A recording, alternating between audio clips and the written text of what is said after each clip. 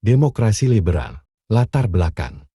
Hal yang melatar belakangi berdirinya demokrasi liberal ialah Indonesia kala itu benar-benar terbebas dari gangguan Belanda, berusaha memperbaiki jalan negaranya. Ciri-ciri adanya kebebasan individu, kekuasaan pemerintah terbatas, seluruh masyarakat boleh berpartisipasi dalam politik, dilaksanakannya pemilu periode tertentu, pemerintah bisa membentuk hukum sesuai suara mayoritas.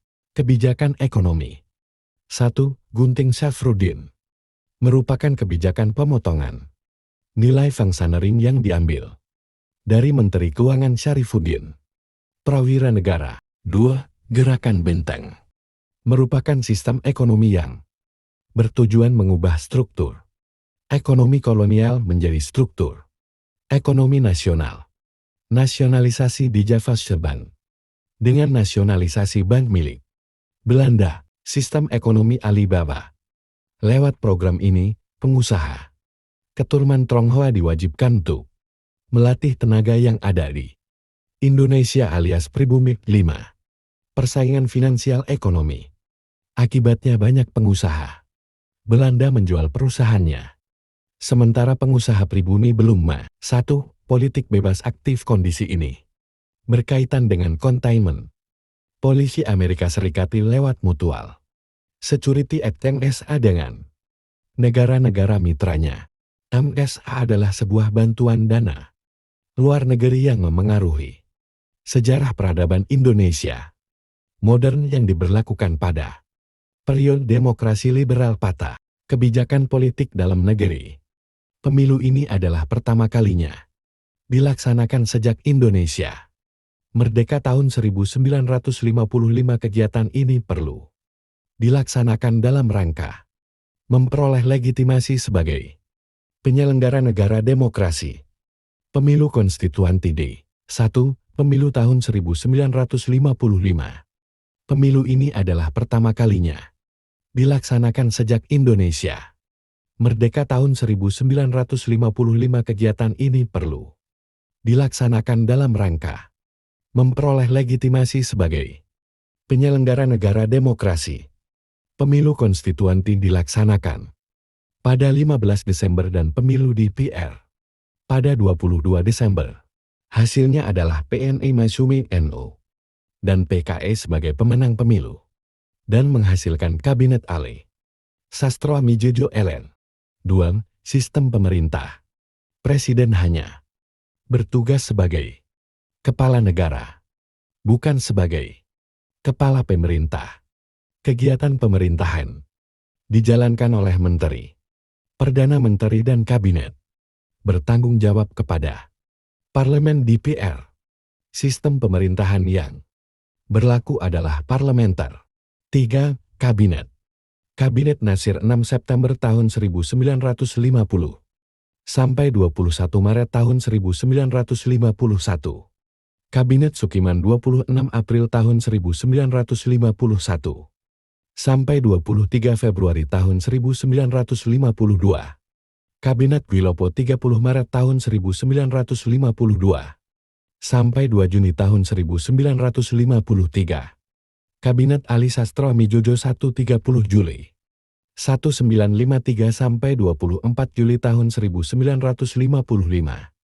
Kabinet Burhanuddin Harahap 12 Agustus tahun 1955. 4. Sistem kepartaian. Diawali dengan Presiden Soekarno mendirikan PNI pada 23 Agustus tahun 1945. Wapres Mohatta mengeluarkan maklumat pemerintah pada 3 November dan terbentuklah Parkindo. Kegagalan konstituante menyusun sistem kepartaian 10 November tahun 1956 adalah sistem multipartai. Presiden Soekarno melantik 514 anggota konstituante. Tugas konstituante merumuskan UUD baru majalah utama yang dihadapi pasar negara. Kegagalan konstituante disebabkan oleh A. Perdebatan yang berlarut-larut, B. Adanya perselisihan antar partai, C. Munculnya desakan untuk kembali pada UUD tahun 1945. 30 Mei tahun 1959. Konstituante mengadakan pemungutan suara dan hasilnya mayoritas menghendaki kembali pada di tahun 1945 kedudukan konstituante terdesak ketika A.H. Nasution mengeluarkan Paparpu 40 tahun 1959 yang berisi larangan adanya kegiatan politik. Konstituante dibubarkan pada 5 Juli 1959 melalui Dekrit Presiden 5 Juli tahun 1959. 6. Kehidupan ekonomi permasalahan. Ekonomi pada masa demokrasi liberal. Permasalahan yang pendek yaitu pemerintah harus mengurangi jumlah uang yang beredar dan mengatasi kenaikan biaya hidup. Permasalahan jangka panjang yaitu pertambahan penduduk yang tidak terkendali dan tingkat kesejahteraan. 7. Kebijakan pemerintah untuk mengatasi permasalahan ekonomi. Gerakan Banten, Gunting Sarifuddin, Nasionalisme Juansban, pembentukan Biro Perencanaan Negara, Sistem Ekonomi Alibaba, kebijakan politik luar negeri. 1. Politik luar negeri yang ditunjukkan untuk isu rival polisi. Usaha waktu dapat memperoleh legalitas de facto maupun de jure kekuasaan RI atas wilayah oleh dunia internasional, termasuk Irian Barat. 2. Penggalangan kerjasama berdasarkan prinsip dasar Pancasila Bandung yang merupakan pandangan pertama dan solidaritas blok ketiga dari negara yang uncommitted atau non-aligned. 3. Kemudian dalam konferensi yoga dari negara non-aligned tahun 1961, Indonesia telah mengemukakan konsepsi bentang Nevo dan Odivo. Judul daripada pidato Presiden Soekarno dapat segera melaksanakan perubahan tren itu. 4. Indonesia pernah memiliki suatu politik luar negeri yang berdasarkan konfronta dan referensif revolusioner dalam penggalangan kekuatan Nero untuk dihantamkan